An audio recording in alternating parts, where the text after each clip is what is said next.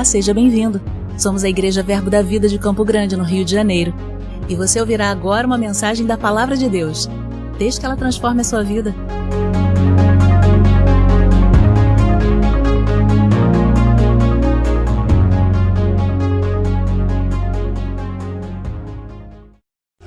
Glória a Deus.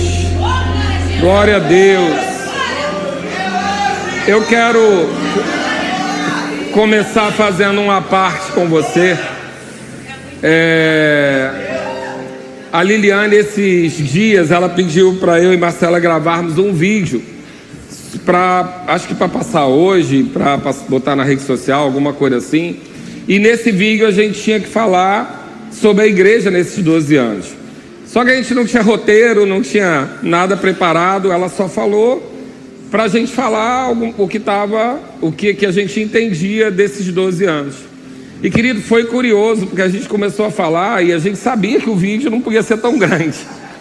Mas a gente não tinha roteiro, não tinha nada preparado. E a gratidão invadiu a nossa vida, a minha e de Marcela. A gratidão porque eu às vezes encontro com alguns pastores, encontro com alguns líderes religiosos. E às vezes eu vejo muitas pessoas com muito sofrimento com o povo, com a igreja, com o ministério. E realmente há um pouco de sacrifício na nossa vida pessoal pelo ministério. Mas, querido, deixa eu falar, a gente só tinha gratidão. É impressionante como essa igreja se move. É impressionante como as pessoas servem nesse lugar. Porque você não tem noção mesmo do número de pessoas que estão servindo aqui agora para que esse culto aconteça, o número de pessoas que trabalharam ontem aqui, que trabalharam durante a semana, para cada detalhe pensado para que a gente chegue nesse momento. Então, é mais ou menos, as mulheres vão entender melhor um pouco isso, ou os homens que cozinham, que não é o meu caso. É mais ou menos quando você decide fazer uma comida mineira, que eu digo para Marcela, comida mineira domingo não rola, porque é muita panela, é muita louça que gasta, né? Porque você faz tutu, tem que fazer o feijão, depois tem que fazer o bacon, depois tem que misturar o tutu, tem que bater no liquidificador, aquilo faz uma sujeirada, e depois faz a couve que tem que ser feita na hora, aí faz a farofinha, o ovo cozido, é muita comida, bota na mesa, em 15 minutos a gente come. Aí olha pra pia, tá aquela sensação do fim do mundo, né? Porque o tutu é na hora que baixa, pelo menos lá em casa é assim. Aí ela refoga o bacon na hora, a couve tem que ser na hora. É um monte de coisa. Aí bota aquele monte de comida na mesa, você põe o seu prato, come e acabou. E aí eu falo pra ela, domingo não, deixa pra outro dia, porque domingo, quando acaba, a gente tem que fazer isso tudo pra voltar pro culto da noite. Aí eu falo, domingo deixa um negócio que vá no forno, a gente come e resolva. E aí o outro dia que a gente tem mais tempo faz isso. Mas por que eu estou falando isso? Talvez você acostume a vir à igreja e ser essa pessoa que come em 15 minutos e vai embora. Querido, tem muito preparo antes, durante e depois. Tem muita coisa, a gente trabalha a semana inteira e trabalha segurando horário para que tudo ocorra nesse dia. Então, teve muita gente cozinhando para você estar aqui. Teve muita gente picando cebola para você estar aqui. Teve muita gente indo ao sacolão e trazendo coisa fresca para você estar aqui. Então deixa eu dizer para você, quando você chegar, não pensa que você está no fast food não, você não está. Você está num lugar onde tudo foi preparado fresco. Valorize, usufrua, você está aqui. Considere o cheiro, considere quem está do seu lado, considere a unção coletiva, considere tudo que está acontecendo. Eu vi há algum tempo atrás, eu já tinha visto a ministração, mas ela apareceu um corte dela no Instagram essa semana, é do pastor Carlos Júnior, lá em Recife, e ele fala sobre o poder do tubarão. Como o tubarão é poderoso, isso não é meu não, essa revelação é dele, tá? Eu costumo dar o royalties. E ele diz como o tubarão é poderoso. O tubarão é muito veloz, o tubarão é muito forte. A mordida do tubarão é muito poderosa. Ele é mais rápido, ele é mais forte, ele é mais veloz. Mas tira o tubarão da água, é um bobo. Você tirou o tubarão da água, botou ele na areia, qualquer um vai lá e bate nele. Por quê? Porque existe uma força em você que ela é ativada pelo ambiente onde você está. O Espírito Santo já está dentro de você. Mas quando você está na água, irmão, quando você está envolvido pela água, esse poder é ativado. Esse poder deixa você em outra condição. Então, primeiro conselho, não deixa de congregar, porque você precisa estar na água. Amém? E o outro, depois que você está na água, você é rei. Depois que você está na água, você tem que crer que você pode. Então, quando você chegar num culto, você fala assim: o tubarão chegou na água. Agora é o diabo que se cuide, porque você já chegou nesse ambiente, você está no seu ambiente, a unção coletiva está aqui, e você pode nadar à vontade, pode correr à vontade, porque você está na sua casa. Amém, querido? Ambientes são importantes, sim. Ambientes e associações são importantes demais. Então, tanto eu tenho que evitar o ambiente ruim, aquele que me tira energia. Todo mundo tem um desse. Quem não tem? Aquela casa que você tem que ir uma vez por ano, pelo menos, e você respira e fala assim: rapaz, você sugado. Sempre tem, né? Alguma coisa da família, alguma coisa assim, que você fala: ah, você sugado. Mas vai lá, porque você vai transbordar e vai ajudar. Quando você pisar lá, você fala assim: eu vou alterar esse ambiente. Então você não se prepara em casa? Fala: hoje eu tenho que me preparar para não cair nenhuma cilada, né? Posso cair em nenhuma cilada. Você se prepara para esse ambiente de perigo. Eu vou falar ao contrário agora. Quando você vier para esse ambiente aqui, se prepara para usufruir. Você sai de casa dizendo assim: agora eu vou para um lugar aonde eu vou virar tubarão. Eu vou para um lugar aonde eu vou desfrutar de tudo que está dentro de mim vai ser ativado. Amém? Então não deixa, quando tiver um momento de louvor, você que pensa que pode chegar atrasado porque a palavra começa mais tarde, querido, o louvor é essencial para preparar o seu coração para que a palavra possa ser plantada. Tudo que acontece, a oração antes do culto, tudo que acontece, o ministério de música, ele começa ativando você, depois ele prepara você para você receber a palavra. Tudo isso não é planejado por pensamento humano, não. É como a Bíblia vai nos instruindo mesmo a fazer. A gente abre o terreno espiritualmente, depois a gente traz a música, ela tem essa capacidade de alterar o ambiente. Lembra de Davi? Tocava na harpa, o espírito maligno saía de Saul. A música tem esse poder. Às vezes você chegou aqui com um carrego da semana lá, do seu trabalho, grudado aí no seu ombro. Querido, quando a gente começa a tocar aqui, a unção chega, o carrego tem que sair. Às vezes ele tenta se manifestar, a gente manda ele calar a boca e depois expulsa. Caso você seja dessa igreja, não entenda porque que a gente não tem tanta exposição de expulsar demônio, é porque aqui a gente aprende o seguinte: primeiro ele cala a boca, depois ele sai. Senão ele sai gritando, aí a gente não tem condição. A gente não dá microfone para o diabo aqui, amém? Então é por isso que você não vê muita coisa acontecer. Porque a instrução é: primeiro, cala a boca em nome de Jesus. Depois cala a boca, a gente manda sair. Você tem que sair calado. Mas o ambiente faz isso, a música faz isso. Você não pode deixar de usufruir disso. Amém? Glória a Deus. Vou tentar pregar. Amém? Eu hoje, na realidade, não é uma pregação, não é uma ministração, não é uma revelação, mas é um alinhar daquilo que nos trouxe até aqui. Eu quero falar sobre a nossa visão, e eu confesso que essa ministração foi muito inspirada por uma busca de entendimento de que estação a gente estava vivendo, e que quem respondeu com a maior clareza para mim foi a Janaína quando ela esteve aqui.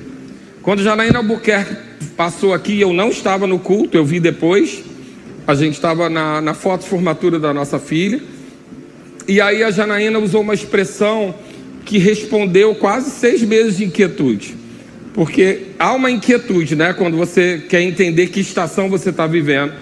E aí ela disse: é uma virada de página do mesmo livro, porque a gente sabia que um ciclo estava fechando, que estava acabando, e eu não sei, você dá uma aflição, uma gastura, né? E agora, para onde eu irei? O que eu vou fazer agora? Porque a sensação é que aquilo que eu tinha que fazer eu já fiz. Se aquilo que eu tinha que fazer eu já fiz, e agora? Para que eu sirvo, né? Então essa era a minha inquietude, a de Marcela. Eu creio que alguns ministros também da igreja sentindo essa inquietude, porque você sabe que aquilo acabou, então você não sabe se vai continuar naquele. O que vai acontecer? E aí ela disse: olha, é uma virada de página do mesmo livro. Quando ela falou sobre essa virada de página do mesmo livro, aquilo caiu tão firme no meu coração, eu ia dizer: graças a Deus, é o meu lugar. Opa, Deus não vai mexer comigo no lugar. Mas a gente tem realmente essa sensação de um ciclo fechado, de uma sensação de dever cumprido. Por quê? Na primeira etapa da nossa vida, nós fomos enviados para cá para restauração. Essa foi a instrução da nossa vida. A gente veio para cá porque a igreja de Campo Grande vivia uma fase onde ela precisava de restauração e depois de restituição. Algumas coisas que haviam sido tiradas daqui, como o próprio rema e mais algumas outras coisas, elas precisam ser restituídas. E esse era só o desejo do nosso coração. Se alguém do som puder me ajudar aqui, porque tá... Mas eu não posso tirar o blazer. Todo bonitinho para foto? Então, aqui atrás está prendendo. Tirei, soltei, pronto. Então, onde eu estava? Antes do blazer? A gente chegou aqui com esse chamado no coração: restauração e restituição. E eu lembro que na primeira formatura do rema dessa etapa, já deu aquela sensação assim: opa, acabou, restituímos. Tudo aquilo que tinha sido retirado, tudo aquilo que tinha saído, voltou, estabeleceu. Então, Marcela concluiu a primeira formatura, o rema está estabelecido, a igreja está estabelecida, as coisas estão estabelecidas. A partir daqui agora é avanço. Avanço nunca vai acabar, amém, querida? A gente nunca vai poder parar. Mas a gente tinha aquela sensação de dever cumprido. E isso gerou uma inquietude. Aquela sensação de: agora para que eu sirvo? Já está tudo feito, né? E eu e Marcela, a gente tem essa característica. A gente diz que não, mas a gente gosta de problema. Então, não é o problema em si, é gosta de saber que eu posso resolver algo que outra pessoa não poderia com a mesma facilidade. Então, é identificar que eu posso ser a solução para um problema. Então isso me motiva e motiva ela também. A gente gosta de receber coisas que precisam tomar forma. E quando a gente começou a ver a igreja com o seu formato e com as coisas funcionando, e a gente hoje viaja e a igreja flui do mesmo jeito, tudo que começou esse ano, querido, aqui nessa igreja, no ano da multiplicação, a gente teve aí já o primeiro encerramento da mentoria de oração, já formou uma primeira turma. A gente está formando agora o primeiro semestre da Escola de Negócios. A gente está com vários trabalhos de ação social que a gente não está tendo tempo nem de divulgar. A gente concluiu ali, já acabou a obra, agora falta só a parte de mobiliário do Verbo Gourmet. E impressionante, eu não botei a mão em nada disso. Eu coloquei, óbvio, dei opinião sobre tudo. Aí não seria eu. Mas eu não consegui nem assistir uma aula. Queria muito da mentoria de oração, mas diante de tanta coisa acontecendo, eu não consegui assistir. E as coisas começavam a acontecer sem precisar da presença do casal pastoral, sem precisar que a gente estivesse ali. Pode ser que talvez uma pessoa olhe de fora e fale: o pastor não está valorizando. Não, querido, não dá mais hoje para a gente estar em todo lugar. Não tem como. Eu queria, mas eu não sou Jesus ainda, entendeu? Eu queria. Eu faço parte do corpo, mas eu sou só um membro. Então, é muita coisa acontecendo ao mesmo tempo. A gente, na sexta-feira, tinha culto dos homens aqui, tinha rema acontecendo aqui, mentoria de oração acontecendo lá. Na quinta-feira, a formatura do grupo que está saindo dos adolescentes, celebrando lá no Verbo Gourmet, a saída dos adolescentes para os jovens. As coisas acontecendo todas ao mesmo tempo, e a gente só consegue passar correndo para sair da foto, porque as coisas estão acontecendo, e elas estão acontecendo feitas pelos filhos. Os filhos estão maduros. Como é que você sabe que seu filho está maduro? Quando é que você diz assim: meu filho não é mais criança? Quando ele pode fazer filho, não é? A sua filha não é mais criança quando ela pode fazer filho. Toda vez que alguém pode fazer filho, deixou de ser criança. Agora ele pode fazer. Então, na realidade, os filhos dessa casa já estão produzindo filhos, já estão produzindo frutos, né? A gente tem visto a alegria das coisas sendo multiplicadas sem necessariamente precisar da mão da gente. Sabe quando você vê o seu filho indo sozinho para a escola e já resolvendo coisas, e ele já... A gente está nessa fase. Os filhos já estão produzindo frutos. Queridos, eu amo o centro de cura, amo o centro de cura. O centro de cura é uma realização aqui na igreja. E eu amo ministrar no centro de cura. Eu não consigo, já tem quase um ano que eu não consigo ministrar no centro de cura. Mas vai lá no centro de cura, sucesso. Sucesso, uma equipe boa acontecendo, tudo correndo bem. Eu adoro o trabalho de ação social, principalmente ação social com mulheres fragilizadas. Sempre foi uma área que tocou muito na minha vida. Mulheres que não têm suporte, isso é um chamado meu. E hoje eu tenho, a igreja contribui com mulheres que no caso, mulheres em condições especiais, porque tem filhos especiais, atípicos, e tem tido eventos, eu não consegui ir nenhum.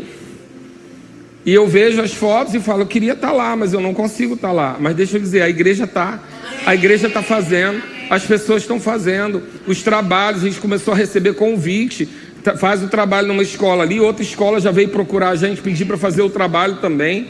Fomos lá no Rocha Faria, fizemos um trabalho com os enfermeiros, e aí já tem outras instituições pedindo. Por quê? Porque o mundo está carente do que a gente tem aqui e sobra. Então, quando eu entendo esse ciclo se fechando, eu confesso que começou a me dar uma gastura. Talvez você vai entender isso quando seus filhos ficarem adultos e começarem a sair de casa. Você vai entender isso quando seu filho casar. Essa independência dos filhos, ela gera na gente um sentimento estranho. E era esse sentimento que eu e Marcela estávamos, e a Janaína trouxe muita clareza. Que realmente um ciclo se encerrou. Eu não sei ainda o que vem, amém? Fica aí, vou tentar no culto da visão dizer para você, mas até agora eu não sei. Eu só consegui entender o que aconteceu até aqui. Esse ciclo desse livro, ele virou uma página. A gente concluiu um ciclo. E você faz parte disso. Você que chegou agora, você que chegou antes, você que foi e voltou, porque isso está acontecendo mesmo de uma forma surpreendente. E eu fico lembrando do quanto essas estações de retorno, elas são significativas na história. Quando a gente fala do povo de Israel, né, se juntando em 49, aquela coisa de voltar todos, a gente vê que vai entrar um outro ciclo, que vai se formar uma outra coisa. E quando a gente vê, e eu não ia falar sobre isso, mas veio agora, eu lembro da história de Saul e de Jonathan, quando Saul diz para ninguém ir para a guerra, e Jonathan pega o moço dele e vai sozinho enfrentar o inimigo. E porque ele vai sozinho, ele vence lá em torno de umas 20 pessoas, aquilo inflama o povo, e a Bíblia diz que tinha um povo que estava junto com os inimigos, e que tinha outro povo que estava escondido nas cavernas. Então tinha os covardes, tinham aqueles que deserdaram, e tinha o povo que estava restrito pelo próprio Saul de ir à guerra. Mas quando eles olham aquele movimento acontecendo, a Bíblia diz que os inimigos estavam no centro e eles eram mais fortes, mas eles foram pegos numa emboscada sem querer. Por quê? Porque os que estavam no meio deles, que eram os desertores, se voltaram contra eles. Os que estavam na caverna escondidos saíram do esconderijo e juntou com o exército. Então isso fez com que eles prevalecessem naquela guerra. E eu tenho percebido uma movimentação de retorno. E eu não estou chamando ninguém de covarde nem desertor não, amém, querido? Vocês sabem como eu lido muito bem com esse negócio de transição, de mudança, fica bem tranquilo. Mas eu tenho percebido uma movimentação de retorno, como se Deus estivesse formando, estabelecendo um outro exército, uma outra etapa. Então eu estou falando para você por inspiração, eu não programei isso, mas é a sensação que eu estou tendo.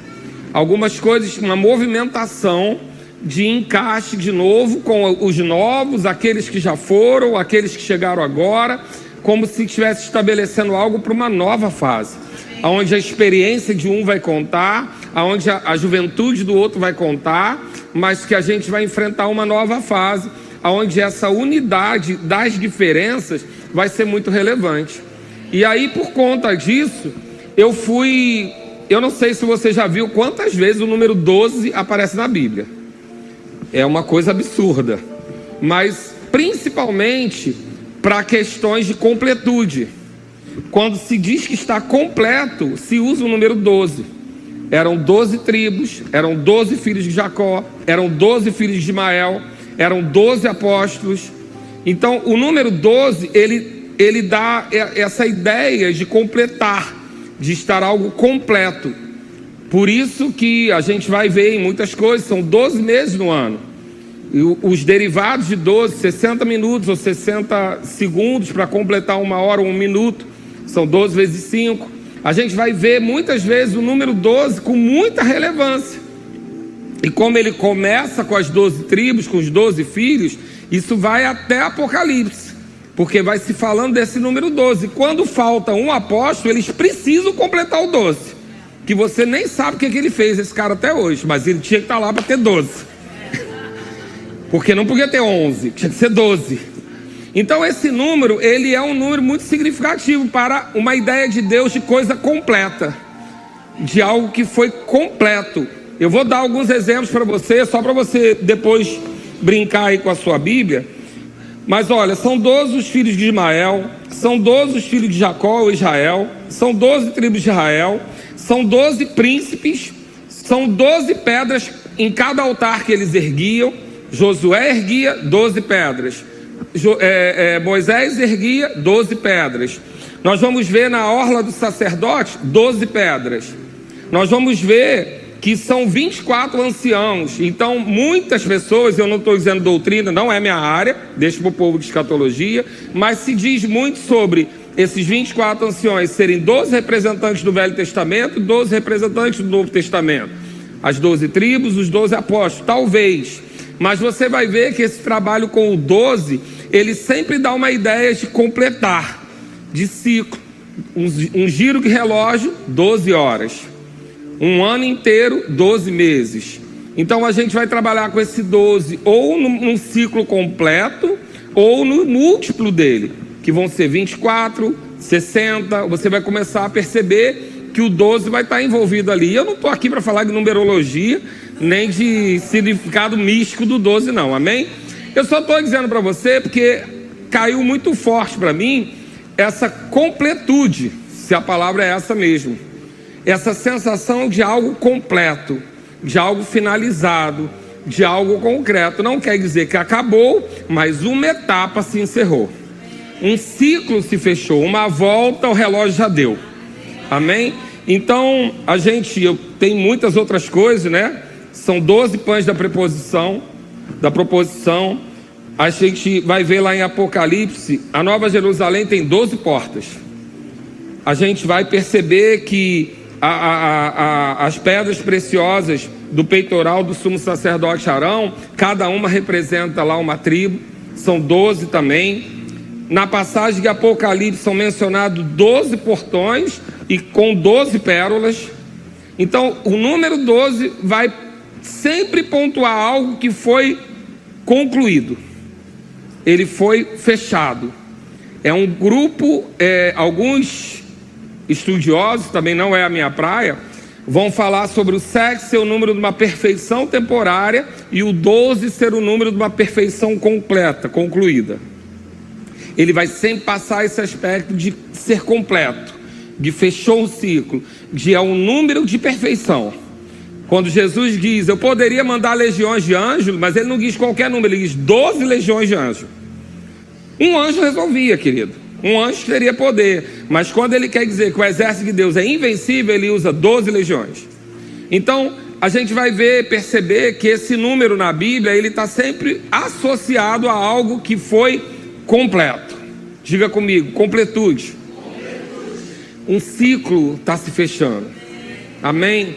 Um ciclo está se fechando. E eu quis muito ministrar isso num culto pela manhã, porque o culto da manhã ele é mais tranquilo para a gente falar algumas coisas, mas eu queria que a igreja começasse a alertar. Por quê?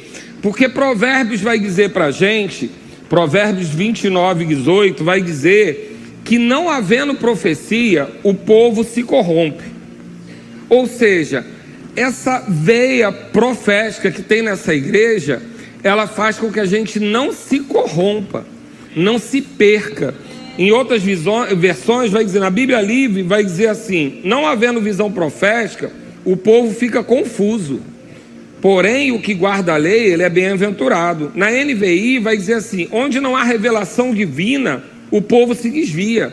Mas como é feliz quem obedece à lei. Na LTT vai dizer, não havendo visão, o povo perece. Porém, o que guarda a lei, esse é bem-aventurado. Na King James vai dizer, um povo que não aceita a revelação do Senhor é uma nação sem ordem. Quem obedece à palavra de Deus é feliz. Então você entende que a igreja ela tem que ser organizada, ela tem que funcionar, ela tem que ter liturgia, ela tem que ter administração, mas querido, tem que ter a visão profética. Tem que ter a visão de Deus. E eu não me acomodo em dizer está tudo bem. Está tudo bem hoje, mas eu quero saber do amanhã. Porque a Bíblia diz que nós somos guiados pelo Espírito. E a palavra para os filhos que são guiados pelo Espírito são filhos maduros. E nós cremos hoje que nós estamos numa igreja de filhos maduros. Filhos guiados pelo Espírito. Não fique desatento a entender que Deus vai começar a confiar algumas visões a você. Porque tem um tempo que a gente anda na sombra dos nossos pais. Então, a gente não recebe uma direção, a gente faz o que nossos pais mandam, não é verdade? Por que as pessoas ficam tão aflitos quando o filho entra na adolescência? Porque ele sai da sombra, não é só a sua opinião agora. Agora ele já começa a formar uma opinião. Por que quando vai para uma faculdade ou para o trabalho, a gente fica tão inquieto? Porque agora ele vai receber outras influências, ele vai questionar e vai ter que se formar por ele mesmo. Então, até a infância, você não recebe uma visão para a sua vida. Uma criança não sabe. A criança diz assim, você é médico, meu pai é médico. Eu vou ser bombeiro porque viu um filme. Mas ele não tem uma visão da vida dele. Ele pode ter notas, né? Porque somos espíritos. Mas ele não tem uma ideia para onde ele vai, o que ele vai fazer, qual é o propósito dele. Mas quando ele começa a entrar numa adolescência, ele começa a formar algumas percepções. E ele começa a sair um pouco da sombra do pai. E ele começa a receber direções específicas para ele. Nós estamos entrando nessa fase. Você vai começar a ficar atento. Algumas visões vão vir através de mim. E outras não. Outras vai ser Deus falando direto com você. Deus vai tratar direto com você. Amém? O que nós vamos fazer? A visão que você recebe, ela não pode ser contrária ou prevalecer sobre a visão maior. Há uma visão para essa igreja local e a visão que você recebe precisa se encaixar nela, mas você pode receber. Então não é mais aquele tempo de dizer assim, eu vou ficar esperando, eu tenho muito desejo de trabalhar com as índias cegas do Nepal, mas eu vou esperar o pastor me dizer, querido, não é esse tempo mais. Agora você vai trazer... E aí vai dizer assim, olha, a gente tem vontade de fazer isso, isso, isso. Eu vou dizer, como? Aí ele assim, assim, assado. Eu falei, olha, encaixa na visão, vai e faz. Porque não vai haver multiplicação se depender de sair de mim. O que você receber não vai conflitar comigo, com a visão que Deus me deu. Ou eu vou orar e analisar. Mas eu creio que se você está inserido na visão, o que você vai receber é um braço dessa visão. Então é uma idade de maturidade que você começa a tocar em áreas onde eu não toco. Você vai estar em lugares onde eu não chego. Nós hoje temos trabalho, por exemplo, na igreja, junto com o Rema Prisional. O Márcio Camargo tem uma equipe que dá aula no Rema Prisional. Você sabia disso? Tem uma equipe na igreja que dá aula no Rema Prisional, que vai começar a dar aula lá. E que vai trabalhar lá em monitoria também, dentro do presídio. Nós temos um outro braço hoje que está ajudando num centro de reabilitação para dependente químico. Tem um grupo aqui da igreja que ministra lá, você sabia disso? Tem um braço lá. Nós temos braços alcançando lugares hoje que a gente não sai de mim. Eu não tenho vontade, desejo de trabalhar no presídio. Eu dei aula lá quando necessário, mas não é meu chamado principal. Gosto, mas se eu tenho que abrir mão de alguma coisa, foi isso que eu abri mão. Mas o braço da igreja está tocando lá. Filhos maduros. Olha para a pessoa que está do seu lado aí. Filho maduro. Filhos maduros começam a receber visão. Amém, querido? Filhos maduros começam a receber inspirações. Você só vai checar se uma coisa bate com a outra. Porque nós temos uma visão muito clara. Essa igreja tem uma visão. Ela é uma aljava. Amém? Nós temos uma aljava de preparação de pessoas para serem lançadas. Ou aqui dentro ou lá fora. Para a gente tanto faz. Tanto faz você ser levantado aqui, né? Como a equipe toda aqui que está na primeira fileira. Tanto faz você estar lá em Angola como Samuel. Ou estar lá como Guilherme em Portugal, né? E tanto faz também como você saiu, como foi. Se você tem o coração ligado na visão, você vai reproduzir essa visão em outro lugar. A visão não são para essas quatro paredes, a visão é de reino. E eu creio mesmo que você precise começar a ficar atento. Porque muitas coisas agora não vão vir mais da minha boca. Eu estou falando como um pai que está dizendo para o seu filho: agora começa a dar teus pulos. Amém? Eu estou te entregando uma habilitação. Eu sei o perigo que é falar isso numa igreja, né? Porque provavelmente quem pede a chave do carro primeiro é o menos habilitado, né? Quando você fala para os seus filhos: pode dirigir o carro agora. Quem vai correr primeiro? O mais imaturo, né? Eu sei que eu corro esse risco, mas eu preciso falar com você que está maduro. Você já tem condição de gerar filhos. Você já tem condição de assumir algumas coisas. Você já está em condição de estar à frente de algumas coisas. Porque você já está num lugar que tem uma estrutura que permite que você vá. Amém? Então, entendendo essa questão dos 12 anos, daquilo que a gente está vivendo como uma completude, o número 12 ele vai aparecer como uma referência de plenitude e totalidade. É sempre uma ideia de ciclo completo. 12 tribos, 12 apóstolos, 12 meses. Ele está muito relacionado à organização e ordem. O número 12 ele vai representar essa organização. A divisão em 12 partes traz uma ideia de estruturação. Então o 12 vai dar essa cara de uma coisa governada. Não é uma coisa de qualquer maneira, mas ela é governada. Eram 12 príncipes também, que Salomão levantou. 12 sempre para dar essa ideia de que o governo está completo, está estabelecido. Ele fala sobre essa autoridade, né? A autoridade de governo, os 24 anciões, 12 mais 12. Na escatologia, 12 vai aparecer várias vezes, não vou me atrever a entrar nela. Mas a gente vai ver que esse número, ele fecha. Então eu estou fechando aqui com vocês um ciclo hoje.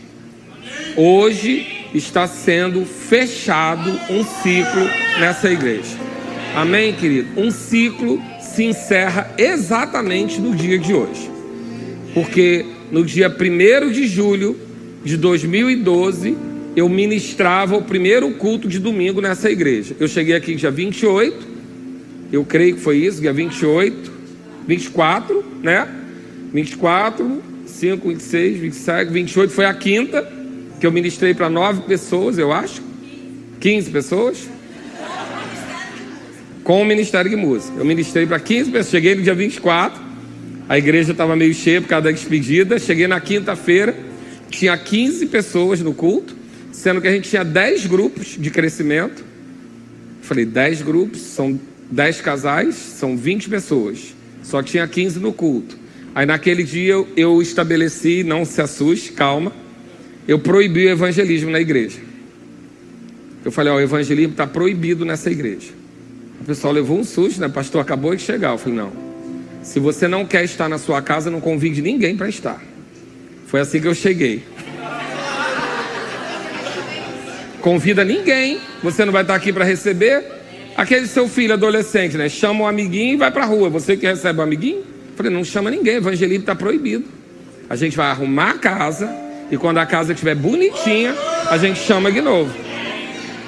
E foi assim que começou. Aí no outro domingo, acho que era dia 28, 29, 30. Quinta, sexta, sábado, domingo. Então era dia 1º.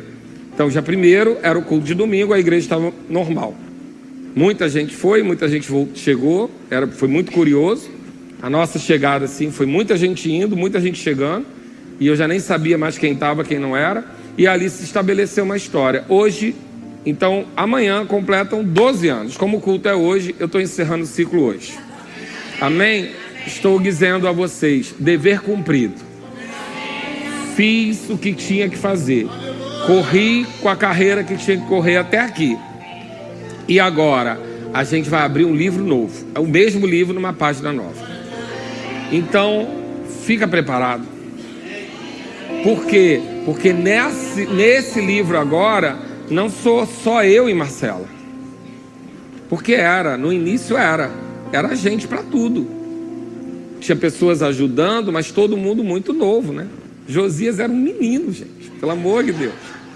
Josias era um menino, magrinho, dentuço.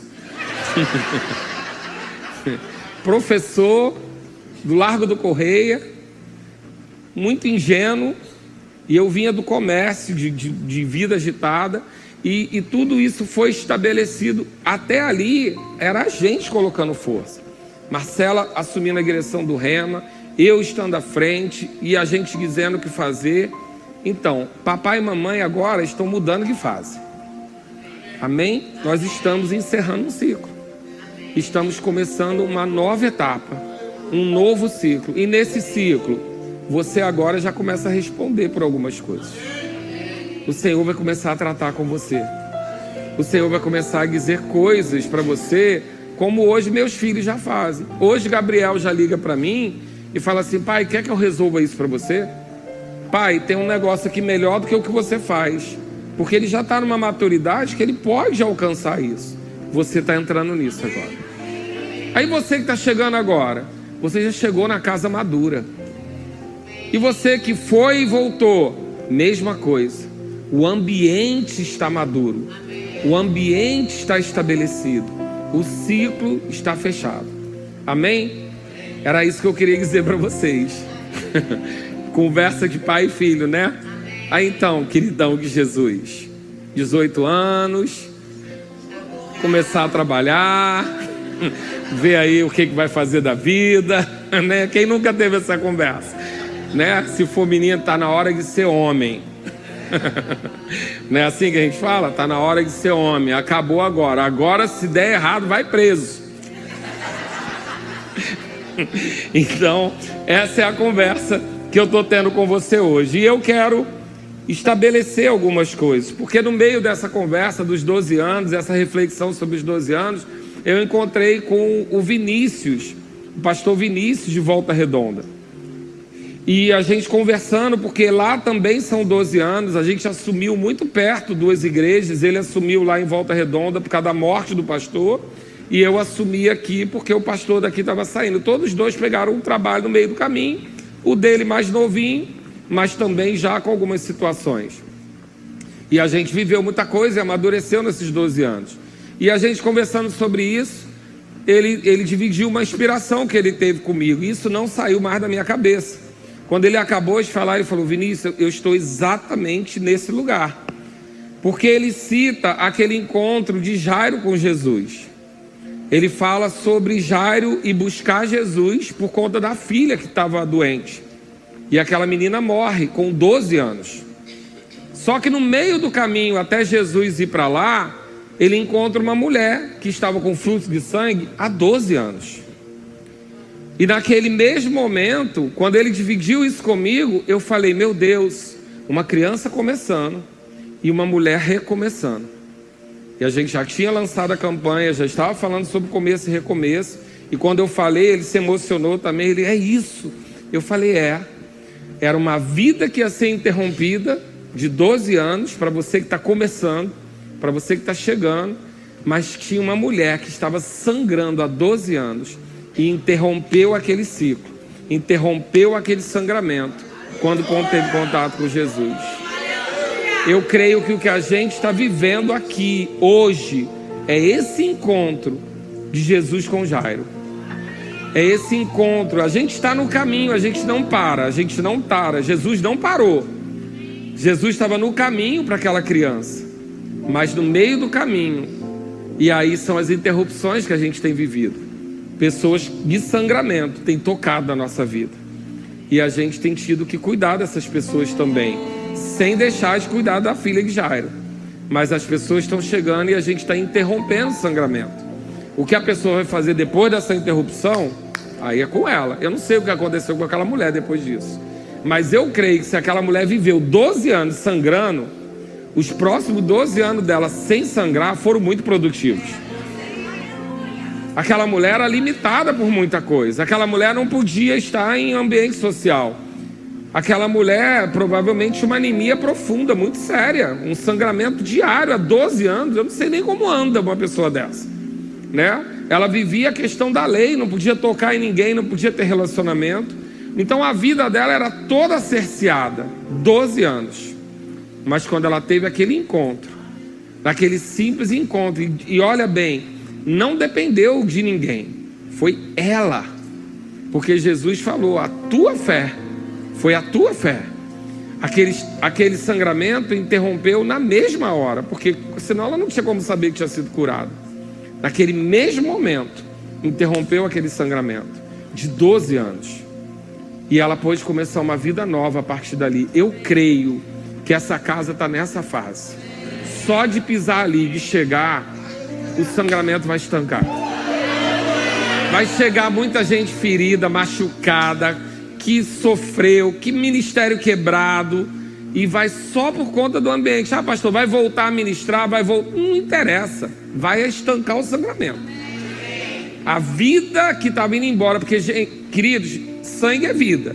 12 anos de vida saindo de você. Essa mulher viveu 12 anos esvaindo vida. E aquilo foi interrompido pelo encontro com Jesus, porque ela estava no ambiente certo, com a associação certa. Ela escolheu estar lá e ela escolheu tocar. Por isso que eu digo para você, quando você chegar aqui, chega de qualquer jeito não. Chega dizendo, eu vou lá e eu vou tocar em Jesus. Quando eu tocar em Jesus, aquilo que eu preciso eu vou ter.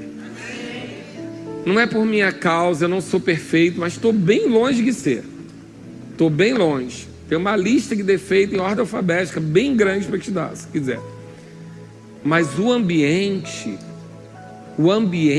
por conta da sua vida, somada à minha vida, por conta da seriedade, querido, nós temos valores nesse lugar. É verdade, é verdade. Nós temos valores. E por que alguns não ficam? Porque talvez não concordem com os valores. E é para ficar? Não é.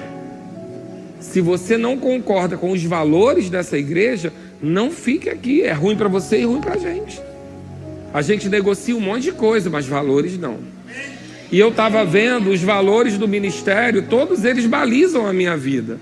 Os 10 valores do ministério que você tem aprendido aqui nesse lugar, eu leio para você daqui a pouco, eu não sei se eu lembro de cabeça, são 10 valores que balizam a nossa vida, e eu nunca me preocupei em estabelecer novos valores, porque os valores do ministério são nossos valores. Mas sabe que o Senhor tratou comigo que tem mais 2 valores? São 12 agora. Tem 2 valores que são peculiares da casa. A gente é direto. A gente não gosta de volta. A gente não gosta de subjetividade. A gente não gosta de falaram, disseram. A gente não gosta de todo mundo tá falando isso. A gente não gosta disso. Se você disser assim, falaram isso, aí quem falaram? E se a gente subir aqui no púlpito, você não vai sair. Será que ele está querendo dizer isso? Não, eu estou dizendo o que eu estou dizendo. E se você vier para um gabinete comigo, você vai dizer, é isso, aquilo, a gente vai falar para você, né? Tem um gabinete famoso da minha esposa. Ô, larga ou lida, irmão. Segue a tua vida. Resolve. A gente é objetivo. É uma característica local. Não é certo ou errado. É um valor da igreja. A gente não gosta de subjetividade. A gente gosta de dizer o que é, você gostando ou não de ouvir. mas você sabe onde você está pisando. Pastor, mas o senhor é carrancudo, é isso e aquilo. Eu sei, mas você sabe quem eu sou. Você não precisa ficar pensando não, você sabe exatamente como eu sou. Então, o 11º valor dessa igreja é objetividade. A gente não gosta de coisas soltas no ar.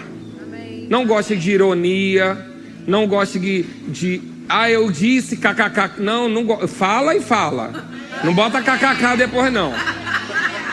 Né? Porque tem gente que morde, a serpente morde, aí bota kkk. Aí se você for corrigir, tava brincando. Não brinca aqui assim. A gente não gosta. Ele não gosta. Porque a Bíblia fala sobre isso. Eclesiastes vai dizer pra gente que é melhor o rosto triste do que o alegre. Aí você fala, que coisa estranha, porque a Bíblia diz que a alegria do Senhor é a nossa força, mas ali está dizendo que o rosto triste é o rosto aborrecido. Ele é melhor do que o alegre irônico. Ali, se você lê bem, ele não está falando de tristeza e alegria, ele está falando de ironia, cinismo e verdade. E o rosto está aborrecido, fica com a cara aborrecida. Deixa eu saber que você não gostou, porque a gente trata. Mas não vem com história de kkk, não. Eu falei kkkk. Você em kkk. Não, detesto isso. Então nessa igreja não tem. Não vem com falaram, não vem com disseram, não vem com falei, mas estava brincando. Fala e assume.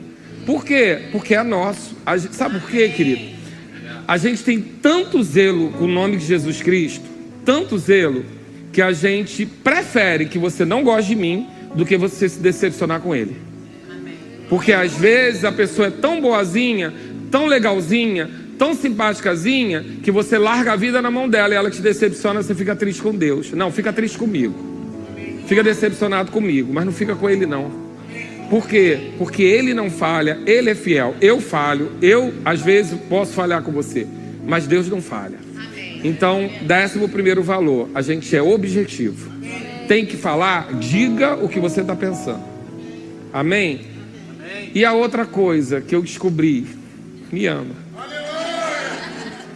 A gente não gosta de frouxidão.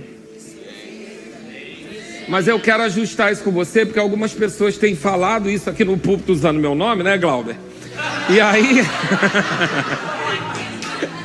a gente tem que ser objetivo. Mas aí você precisa entender o contexto. Porque ele ouviu a pregação, mas você não ouviu. Ser frouxo não é o contrário de ser valente. Porque valente, às vezes o valente é o frouxo. Porque alguém que não segura o seu próprio temperamento, alguém que não se domina, é frouxo. A frouxidão, ela está associada a você não ter firmeza. Não é ser valente, ser brigão, ser mais homem que o outro. Não, querido, um homem que tem muita mulher é frouxo. Ele não consegue ser firme no casamento dele, ele é frouxo. Alguém que marca e nunca chega na hora é frouxo. Alguém que não cumpre a palavra ou que se pressionar quer largar é frouxo. Então a gente não está falando de valentia, a gente está falando de saber que tem alguém onde eu posso me sustentar. Então eu trouxe aqui para os homens uma madeira e botei 2 pregos. Um bem batido, apertado, firme, e o outro que entrou facinho. Em quem você vai pendurar o quadro da sua família? Aonde você vai pendurar a sua família? No firme, que é duro, que entrou na pancada, ou no outro que entrou macio, mas que não sustenta o seu peso? Então, quando eu falar de frouxidão, eu não estou falando de valentia, de temperamento, de jeito de falar alto, não estou falando disso não. Amém? Porque muitos desses sintomas são de frouxidão. Um homem que briga muito, que briga com todo mundo, é frouxo, não tem domínio de si mesmo. Você não conta com essa pessoa.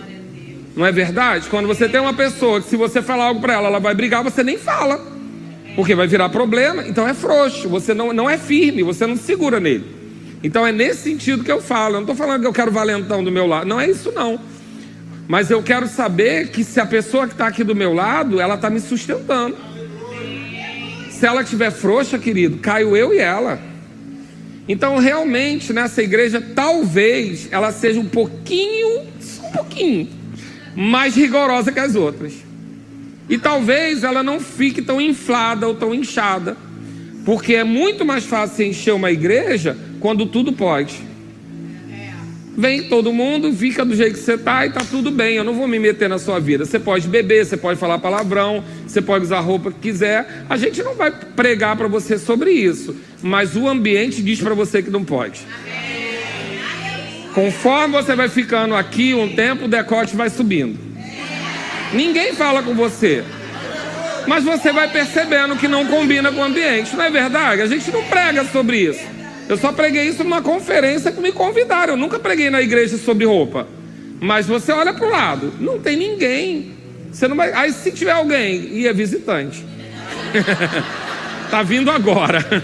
Porque destoa. Por quê? Porque a gente realmente vai forjando, né? O nosso convívio aqui, ele vai forjando. Às vezes é duro, né? Dizem até que eu uso marreta, eu acho que não é verdade. Mas eu vou dizer para você, esse é o 12º valor dessa igreja. A gente realmente vai trabalhar em forjar caráter. Querido, a gente faz muito gabinete com crente de 30 anos, 40 anos, de ministério que não foi tratado no caráter e as pessoas sofrem muito, porque ninguém nunca disse assim, você não pode fazer isso. Você não pode ser um pastor e não pagar IPVA do seu carro. Você não pode andar com a carteira vencida. Pode acontecer qualquer um, mas não devo.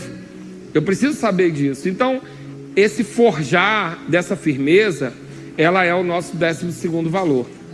E a gente quer mesmo que você ande na rua e quando falar assim, eu sou do Verbo da Vida de Campo Grande, a pessoa fala assim, é? Quem já viveu isso? Vocês de qual verbo? Campo Grande. Tipo assim, tu é forte, hein? É isso mesmo. É assim que eu quero que vocês sejam conhecidos. É assim que vocês vão andar na rua. Porque quando você der a palavra, vai dizer, não, ele vai cumprir. Quando ele fizer alguma coisa, vai cumprir, vai fazer. Ah, mas não vai ter ninguém errado no meio? Vai ter, mas vai ser exceção. Porque a gente trabalha com firmeza. Amém? São nossos valores e a gente não vai negociar. Por que eu estou falando isso hoje? Porque um ciclo está se fechando e a gente não vai mexer nisso para o próximo ciclo. Pelo contrário, se até aqui a gente estabeleceu uma cultura, eu anotei algumas coisas da nossa cultura, só para lembrar você, o que a gente tem como cultura? A gente gosta de servir com alegria e excelência. Então, se você quer fazer de qualquer jeito, assim tá bom, você está na igreja errada. Mas deixa assim mesmo. Alguém vai cair na gargalhada do seu lado. Frase famosa. Deixa assim mesmo que o pastor nem vai perceber. O povo se bate de rir. Porque a gente gosta de servir com alegria e com excelência. A gente não gosta de panela. Não gosta de grupo seleto, grupo fechado. Não, você tem seus amigos, mas panela aqui a gente não gosta.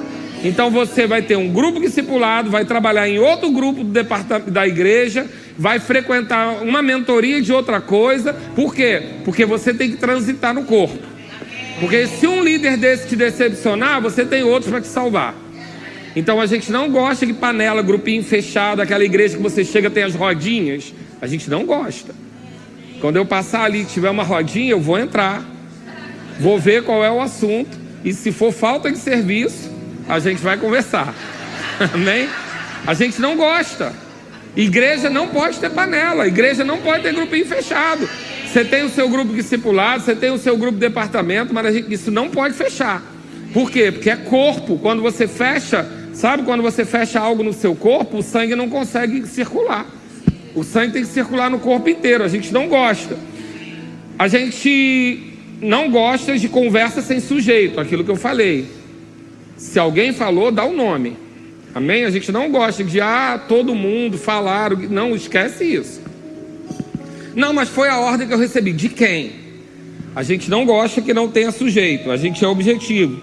A gente tem manias de grandeza, mas não gosta de ostentação. Você já reparou isso? A gente gosta do que é grande. A gente quer fazer tudo bonito, mas a gente não está preocupado com ostentação. A gente não está preocupado de ser mais do que ninguém. Não se fala nessa igreja em comparativo. Querido, pode parecer uma bobagem, mas isso salva a tua vida. Você não está na melhor igreja, você não está na maior igreja, você não está na igreja mais... Não, você não está na igreja mais que ninguém, porque a gente está competindo com ninguém. A gente só gosta que seja grande, que seja bonito, que seja bom, mas a gente não está preocupado de estar acima de ninguém, porque a gente tem visão de reino. A gente sabe que a gente é parte do reino. Talvez você não dê valor a isso que eu estou falando, mas eu circulo, tá? E tem igreja que parece time de torcida. Torcida de time. A minha igreja é melhor que a sua. Ou faz as coisas competindo. Querido, aqui não. Aqui é assim: pastor, tem uma igreja ali com problema. A gente não vai rir disso não, a gente vai lá ajudar. Tal igreja não está conseguindo fazer isso, vamos lá ajudar. Por quê? A gente tem visão de reino, isso faz parte da nossa cultura. Uma outra coisa, então a gente não gosta de ostentação, amém? A gente gosta de andar bem vestido, a gente gosta de carro bom, mas a gente não gosta de ostentar não. A gente fica feliz, é como tem uma imersa e todo mundo está vestido bonito. Todo mundo, não tinha ninguém pior do que ninguém, melhor que ninguém, não, todo mundo. A gente ensinou, ó, tem na loja tal, mas tem na C&A também. Pode dar seu jeito, vai ficar tudo certo também. Se não tiver, a gente faz doação. E a moça que veio e não sabia da paleta, alguém comprou uma blusa e deu para ela. Porque a gente não quer estar maior ou acima de ninguém, não. A gente quer ser bom, quer ser grande e quer que todo mundo à nossa volta cresça. Amém? A gente tem como cultura também a ser uma resposta aos problemas para outra parte do corpo do Senhor. Então essa é a nossa cultura, a gente não vai mexer nisso. Por que eu estou dizendo isso? É importante a igreja saber. Porque tem gente chegando, tem gente retornando, e é importante que você que já está aqui, tem a cultura, não permita que isso seja alterado. Essa é a nossa cultura, está estabelecida. Amém? Isso é muito bom para a gente. Hoje quando chega, querido, é impossível que não tenha uma fofoquinha em algum lugar, mas não fica aqui. E sou eu que boto para fora? Não, é você. Você repele. Você não quer. Não, essa conversa não. Então é isso mesmo. O corpo já vai expelindo aquilo que não funciona. E aí quem quiser se ajustar, ajusta. Quem não quiser, a gente também compreende, continua amigo. Mas é bom a gente manter a nossa cultura. Ela nos trouxe até aqui. Você está feliz até onde a gente chegou? Você está feliz com a estrutura física que a gente conseguiu alcançar? Você está feliz que tudo que a gente faz, a gente não precisa refazer? Está feito, estabelecido? Então, isso é uma cultura. A gente vai virar essa página a partir de hoje ou amanhã, né? Fecha hoje, inicia amanhã, mas a cultura e os valores a gente não negocia. Tá bom? E para encerrar esse culto, que é uma reunião de trabalhadores, eu tive muito desejo de dizer isso para vocês. Eu até lutei um pouquinho, falei, não, o povo vai querer um culto chebareba. Eu falei, não vai não. Eu vou dar aquilo que o povo não perece. A visão profética dessa igreja. A visão profética dessa igreja é alcançar muitos lugares do mundo através dos braços que vão sair daqui. Nós vamos lançar muitas flechas. E aí você vai falar, mas até agora só tem uma igreja em Itaguaí. É o início. Vão ser muitas flechas.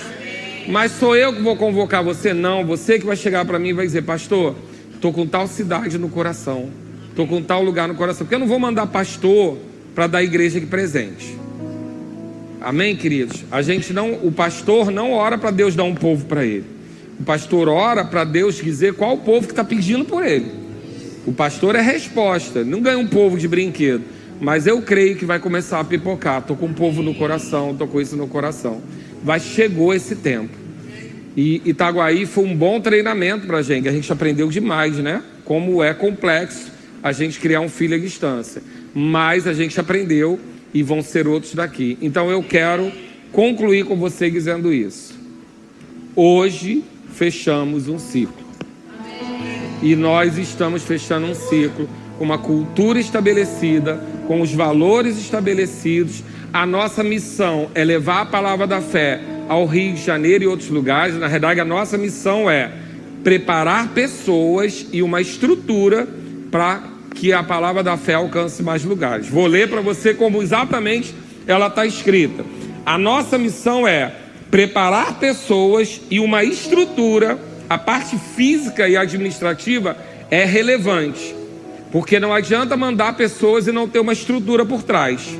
Tem que ter uma estrutura, porque quando Samuel geme lá em Angola, a gente tem estrutura aqui.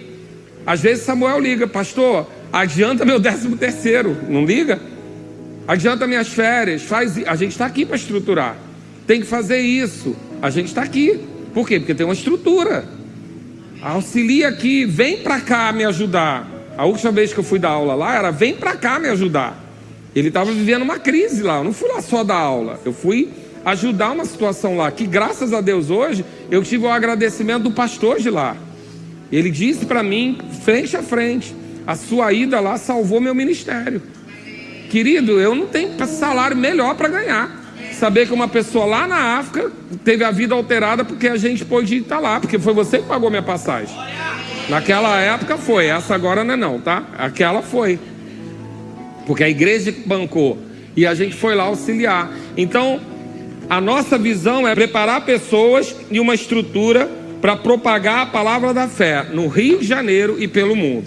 Você vem comigo nessa missão? E a nossa visão é uma aljava multiplicadora. A gente vai receber pessoas, botar na aljava, e quando precisar a gente vai lançar. A gente vai lançar ou para aqui, ou para lá, ou para o alto, mas a gente vai lançar. Porque essa igreja tem essa função de preparar pessoas. Por isso que o tratamento é de Ibope. É isso mesmo. Vou falar com clareza para você. Não é um tratamento comum. Eu sei que não é, querido. Eu sei que tem dia que você vem para cá doido para ganhar um talquinho pompom. E quando você vê, tu tá na moenda. Eu tô mentindo? Seja sincero. Tem dia que você vem pra cá e fala: ah, eu queria tanto um aconchego hoje. Aí ou eu ou Marcela, a gente estica o dedo. Aí tu já fala: pronto. Mas por quê? Porque a gente tem esse chamado mesmo, de forjar, levantar, preparar. Muitos de vocês, eu tô vendo alguns rostinhos aqui que eu lembro de gabinetes que eu disse: esse não volta não, mas tá aí, né, Claudinho? Aí. Claudinha, eu falei: essa não volta não, mas tá aí. Michel, eu falei: não volta não. Aí, amém? Ih, um monte de gente. Que eram gabinetes severos, sérios. E as pessoas cresceram. Aí, verão. Gabinetes sérios, querido, que eu falei coisas sérias. E as pessoas cresceram. As pessoas se forjaram. Então, não estranhe, mas é a unção que está sobre a casa. É uma unção para estabelecer mesmo, tá bom? Mas vez por outra eu vou botar o Diogo, que é um pastor fofinho, para pregar para você, né? Vai te botar pro alto. Glória a Deus, né? Eu tive muitos testemunhos da ministração da semana passada, que o Diogo botou pro alto. A gente vai ter os mestres para ensinar, a gente vai ter profeta para apontar o dedo, a gente vai ter de tudo, porque a igreja está madura. Os 5 dons estão aqui e você pode usufruir disso, amém? Aleluia!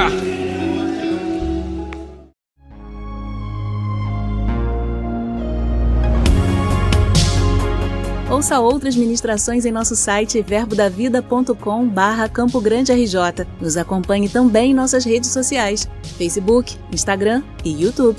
Seja abençoado na prática dessa palavra.